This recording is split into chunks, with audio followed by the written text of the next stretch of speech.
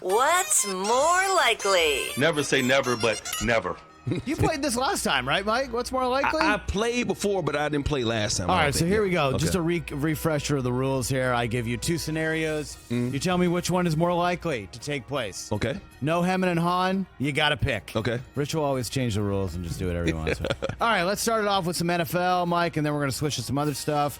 First up, Dak Prescott this week said that he is not going to throw more than 10 interceptions this year, TJ.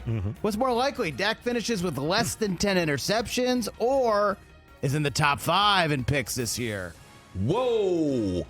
What's more likely is, I believe, Dak. Dak had 15 last year. He's going to throw less than 10 interceptions coming off the injury he had, the year before or whatnot. A lot of tip balls. Now, I'm not saying that's still the quarterback's fault. Still goes on his stats or whatnot. Yeah. The tip balls still is his fault. But at the same time, if Dak says he's going to do a better job of finding his wide receivers and making proper decisions at the right time, I say it's more likely that he throws less than 10 interceptions this season. TJ, you agree? I do. Of course I agree. Of course you agree. Real quick. Of course. Put a number on it. 6. Six interceptions? Woo. Well, damn, TJ. So is he MVP next year? No. Well, I mean, look, the fact is, and we talked about this, last week when I looked up the stats that, all the people that do, the analytics and stuff say that he had 6 interceptions last year were off plays that weren't his fault, meaning either receivers ran the wrong routes, tip balls, things of that nature. Yep. Plus he, broke his thumb. So, I mean, look, I've got to hope for the best, right? What am I going to say? He's going to finish in top 5 in picks? Come on. I'm not going to say that. Yeah. Unless I really believed it, then I would say that too, but I don't because I do believe he did make some poor decisions last year. Let's just be honest. All quarterbacks do. Yeah, but there were a lot of picks that I generally don't believe were his fault, but there were some awful ones that he did throw as well. So I'm really hoping he's able to cut that down. I got to believe in him. It'll be interesting to see with the run game now because, they don't have Zeke back there. Tony Pollard's not going to be happy. You know what I mean? Because he didn't get his contract either. So it's like, I think sometimes quarterbacks, and you give them credit for trying too hard, trying to make things happen because they feel like the pressure and the weight of the world is on their shoulders, which they are the leaders of the team. But at the same time, if he feels like he's in the right mindset, he's got the calmness about him. He's got that zen, and he's going to make proper decisions. I'm going to give it up for Dak this year. Hopefully the addition of Brandon Cooks will make a difference. That guy's pretty much one of the most underrated wide receivers we've seen in the last few seasons. Everywhere he goes, he's a 1,000-yard receiver. So, I'm hoping that Dak is on and he realizes. He started wait. I'm hoping. Because what else can you do at this point? Guys aren't even in camp yet. You know what I mean? You're almost like you're trying to talk to a fine girl. Like, I'm hoping that maybe I can get your number. Let me tell you, I've never been as nervous doing that as I am about this upcoming football season. All right, we're talking a lot about running backs. How about this? Possible holdout running back to have the better 2023 season. You like Saquon or Josh Jacobs? Have the better year this year. What's more likely? What's more likely is Saquon has a better season than Josh Jacobs. Josh Jacobs is the returning NFL rushing leader, but Saquon, if he plays, he's going to play hard. I think he feels like not that he has anything to prove, but he is the offense for the New York Giants. So overall, catching the ball out of the backfield and running the football, if the Giants are going to do anything offensively, they're going to rely heavily on Saquon Barkley because they still don't have great wide receivers. I know they just picked up the tight end out of Oakland, so they got Darren Waller. So they got Darren Waller out of Vegas. So Darren Waller's there, so they're going to rely on him at the tight end position, but they still don't have that capable, really number one receiver. So Saquon Barkley has been the offense when he has been healthy. All right, Hard Knocks is back. Jets, as we know, cameras are rolling this week. Last year's Hard Knocks team, the Lions, won 9 games. Which Hard Knocks team do you like to finish this season with more wins, Lions or Jets? The Lions. I picked the Lions. I think the Jets are going to be the biggest disappointment in football this year. I'm going to tell you why. Because they're already complaining about the NFL bringing cameras in there. It's a bother. It's a nuisance for them. This is New York.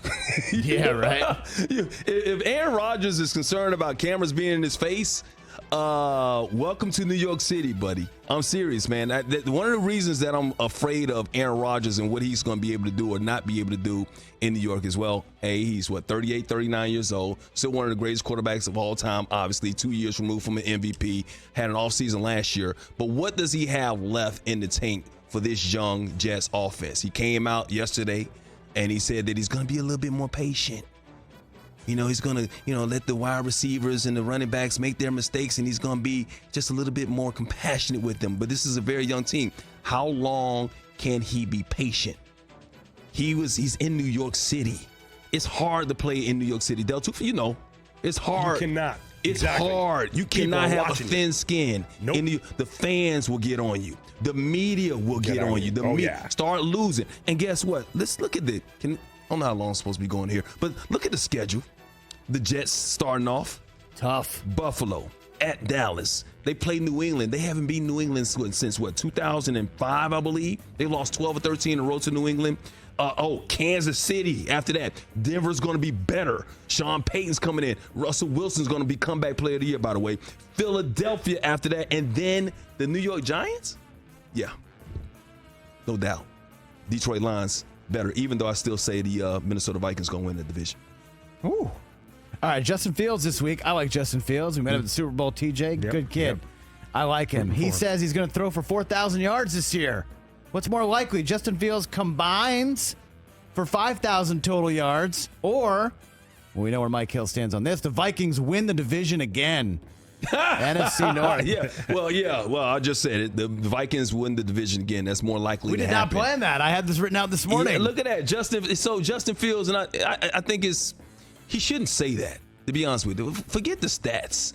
Win football games. Well, the Bears have never had a 4,000-yard passer. That's what he's saying. That's crazy. He's saying, I want to do it. I'm going to be the first. They've never. I'm trying to think.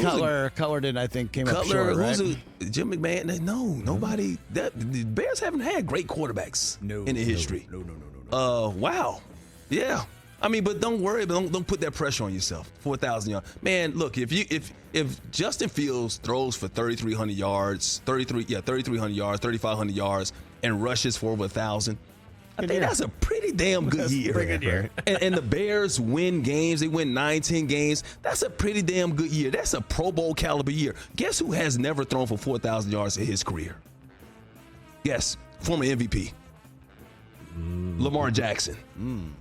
Lamar Jackson never threw for 4,000 yards. I'd look it up, make sure. You know what I'm saying? Just want to make sure we factual here. But Lamar Jackson's the former MVP, and Lamar Jackson just got paid. And Lamar Jackson is hopefully healthy, ready to go, and putting Baltimore back in contention in the AFC. Lamar Jackson's best year is 3,100.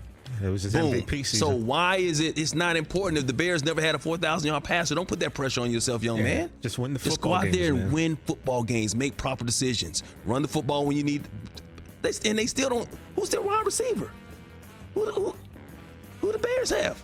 Like, come on, man. Like Chase Claypool, DJ Moore. DJ Moore. Okay, so they got some decent receivers. Definitely. But at the same time, it's like, don't put that type of pressure on yourself. Just go out there and win football games. So don't put goals. Just say, hey, you know what? It's about the team. Yeah, I mean, if Justin goes out and throws for, say, $175 every game, and they end up winning, no one's going to care that he comes close. Right. Just get the dub.